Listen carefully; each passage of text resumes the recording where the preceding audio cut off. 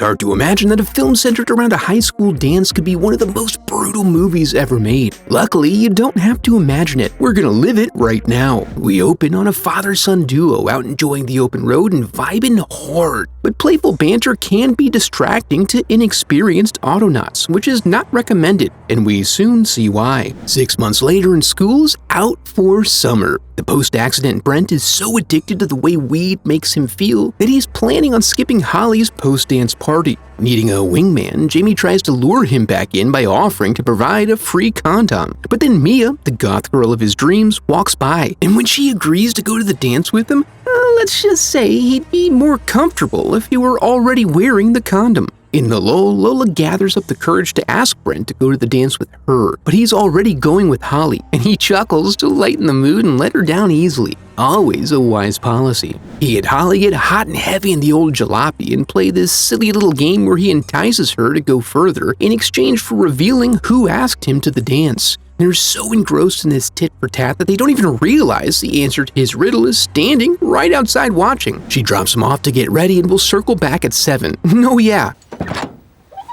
I love you.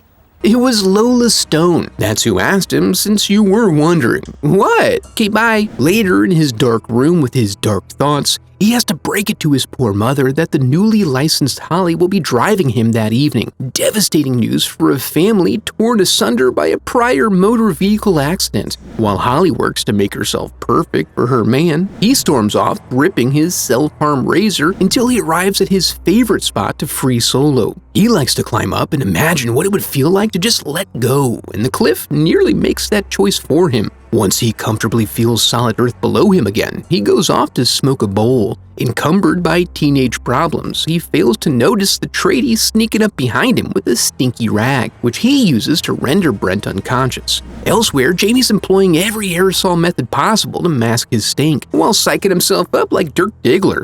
You're a fucking rock star. However, he fails to embody this sentiment, and his awkward greeting delays them long enough for Mia's father to come out to snap a photo. Then they all learn that Jamie's got a case of Candy Crush before the formalities are finalized. Knowing he had plans for later, Carla tries to find Brent at his favorite meditation spot for when he's sad.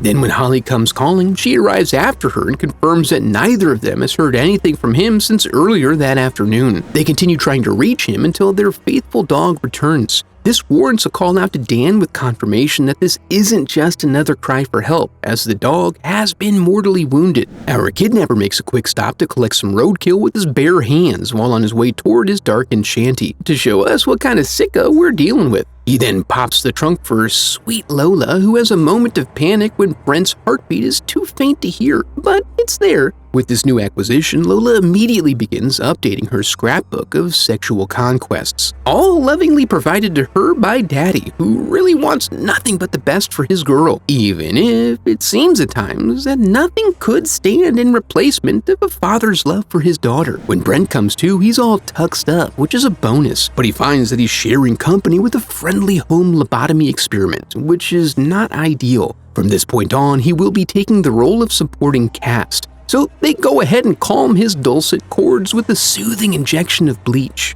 We can hear you! Leaving us to wonder how one learns to do that. Then they set right in on getting their memories captured for safekeeping. Back at the dance, we find Jamie and Mia making their own party in the parking lot, and it's a rager. Worried he might not be offering enough to his date, Jamie asks if they should go in, but this offends his love. Meanwhile, at the dinner table, they've arranged for a feast, and as it unfolds, the power dynamic is laid bare as Lola constantly pressures Daddy to choose between her and his bride, putting his behavior in check despite the fact that she's free to force-feed whomever she'd like at any level of sensuality. Brent's not really into this, but repercussions for rejection promise to be severe, so he politely affirms the quality of her drumstick. Then, only after cleaning off her greasy little digit does she allow him the privilege of taking a wee, but not in the way most of us would consider conventional. As a result, performance anxiety takes hold, but he finds that he's deep in it now, as failure to urinate carries with it the penalty of getting nailed. Again, not in a conventional sense.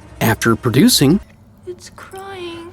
her crass nature earns her a donkey kick, after which he attempts to kangaroo hop his way out the door. In the commotion, he manages to slide under the car. He takes a moment to use his razor to remove his leg restraints, but this does him little good, as when the car is backed up, it leaves him sitting in the headlights like an overturned tortoise. When the momentary shock wears off, Brent then sprints like a tortoise down the drive and up into a tree to avoid getting run down. Lola and her papa then have great fun trying to gently coax him down with some rocks. This time, they don't underestimate him and reinforce his bindings by also nailing his feet to the ground with knives. This creates some strife in their burgeoning relationship, as she desperately wants him to cry about it, but he is a child of pain, and this just proves to him that he's alive. Back at the house, Dan returns from his search of the woods with little more than some additional evidence that Brent has gone missing, so no help at all. Settled back into their routine, they reminisce about fond memories of years gone by, eventually settling on a familiar image that carries significant meaning to Brent in particular. It's the one that got away. But they reach the present day, which means it's time for Phase 2. Phase 2, of course, consists of carving Brent up with a dirty fork and then salting the wounds to keep them from getting too moist. And they seem to really get off on mocking him, which is unnecessarily rude. If he had played his cards right, he could have been getting shotgunned outside the dance like Jamie, or lamenting his absence back at his house like Holly, who finds a card that confirms he's making emotional progress, or his mom, who is staring off into the middle distance. Instead, he's forced to watch as Lola is deemed queen of the dance, and after sufficient obligatory celebration, Blow your whistle, King.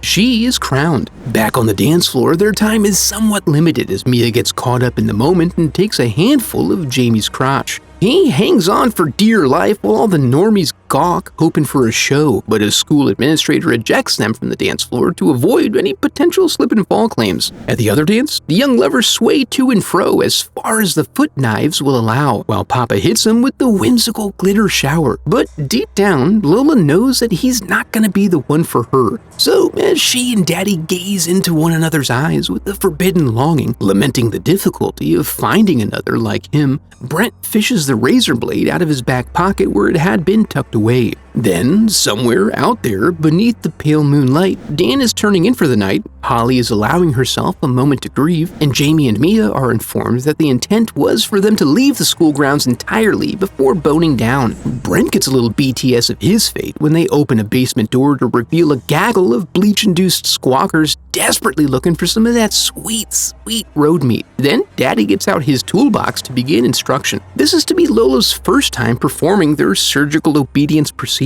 It is a skill to just barely breach the skull, but he encourages her to steady herself, and soon enough, they're peeking at your boy's frontal lobe. The last step is to drip a little boiling hot water in there and let it steep for a few minutes. But they don't have a funnel, so Princess asks her experienced father to ream out the hole for her a little bit. He damn near burns the clutch out, giving Brent the adrenaline rush he needs to break free with a wide-arcing slash. Despite the tremendous amount of damage he's taken so far, he goes into absolute gorilla mode on Poppy, which is something they are not at all accustomed to. This is further demonstrated by Lola's ineffectiveness when not in total control of the situation. And then, if there is any doubt about what's going on in the basement, Father is flung down, after which the boys commence to feasting on his tender face meat. The distraction caused by this gruesome scene results in Brent finding his way in there as well. As Brent attempts to fend for himself, Lola takes a moment to reflect upon these new developments and stands in quiet meditation. Back in the neighborhood, Jamie brings Mia home after a long and eventful evening. She goes to bed sad as we see the family is haunted by a familiar trauma stemming from Dan's inability to locate missing teens. Back in the pit, it's revealed that Brent has managed to come out on top. Afterward, he attempts to use his still functional brain to assess the surroundings. During the lull, Lola decides to use this opportunity to find closure in regard to her relationship with her mother. A surprising turn in that she is now officially a killer. Once the brain fog is cleared, Holly then has a minor epiphany. Lola's done. That's who asked me. Good thing they made a sex game out of it for easier remembering. And since he still has quite a bit to prove, Dan accepts this crumb and rushes out to the residence. A quick peek through the window confirms something illegal or fun has definitely been going on in there, warranting entry and further investigation in either case. Brent does his best to attract attention, but he ends up taking too much of it, putting Dan well off his game and ending any hope of resolving his character arc. Lola then notifies him I'm going to your house now.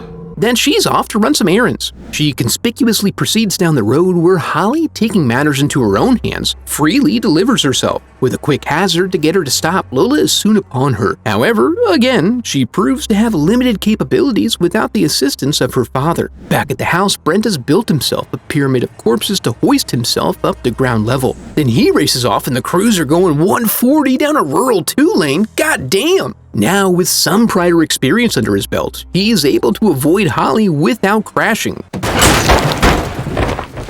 To Lola's detriment, the two take a moment to soak in this reunion and then see that Lola is bound and determined to stick someone. Brent remorselessly backs up into her, putting an end to the immediate ordeal, which he caps off with a touching reunion with his mother, rather than a trip to the ER for antibiotics. His breasts have got to be tender right now. It's unfortunate that their pent-up love resulted in the imposition of so much misery, but in some cases, a forbidden love must remain unrequited. If that wasn't too much for you, be sure to check out this video next. And now that we're here, I want to congratulate you for making it to the end of the video and affirm that you are a very special person because of it. And if you enjoyed the video, I would love for you to become part of the channel by subscribing. Thanks for watching.